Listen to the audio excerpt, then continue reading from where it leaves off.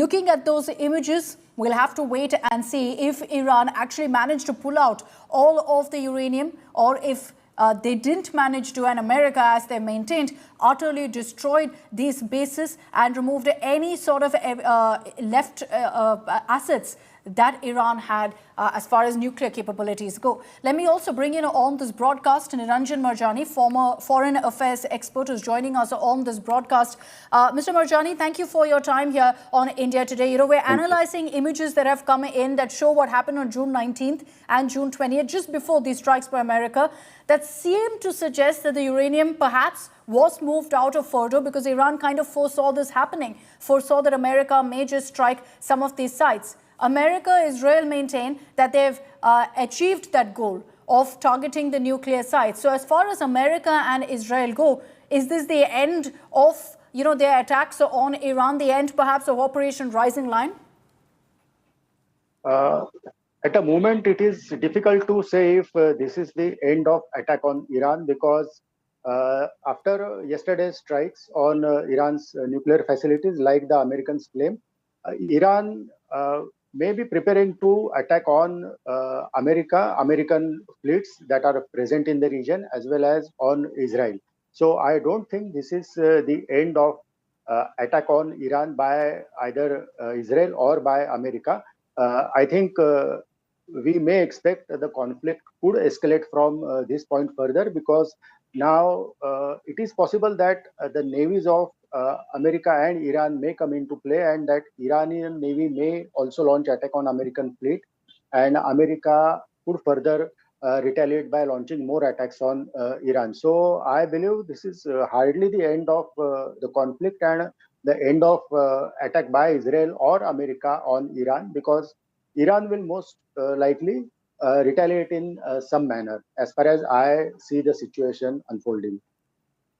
Okay, so essentially at this point, it will completely depend on how Iran responds to see what happens next. But having said that, also, let me bring in Mr. Shashank on this broadcast. In the course of Iran's responses to the strikes by America, Mr. Shashank, there's been a lot of talk also of Iran saying, what's the point of us being a signatory of the NPT, considering the IAEA's role here, considering we're seeing strikes on nuclear sites, and the IAEA essentially has done nothing about it? Yes, actually, Iran has been saying for some time that it's the IAEA which has been giving all faulty information about Iran's nuclear program. And while they are not going in for the enrichment up to the nuclear weapons category, but IAEA has been putting alarmist reports. So I think that is their issue. But Iran has made two mistakes. Unlike the North Koreans, who immediately decided that they are getting away from the NPT and would go for the nuclear weapons, Iran has decided to go slowly, because I think Iranians have that kind of feeling that by suffering under the occupation or pressure from the others, you also achieve something. So actually they play a game of the mind. I think therefore perhaps they feel that their people should be all with them, because in Iran itself, there is an Ayatollah regime, but not all people in Iran are for votary of that regime. Actually, that was by chance that as many of the Arab experts said, that the Iranian bazaar and the Iranian religious scholars, they had all come together at that particular time, and they supported the overthrow of the Shah's regime. But now this is not there. So therefore, what Iranian government would like, the Ayatollah religious scholars would like, that the Iranian people should have that nationalistic feeling that they have not been treated well by the Americans and the Israelis, and therefore they should get the support of all the people of Iran in this. So I think that seems to be one area where they are working. USA, they have been very, very cautious in the past. Iranians have normally been attacking the Israeli territory and the Israeli assets. But as far as USA is concerned, they have been saying that you keep out of it. And USA has said that, okay, we have done this only for the nuclear thing, because IAEA gave us the report that you are going for, you're only a few weeks or a month away. So therefore, up to 60% you had gone, which is way beyond what you were required to have for atomic energy. So I think these are the issues which we have to keep in mind. Iran is a responsible country.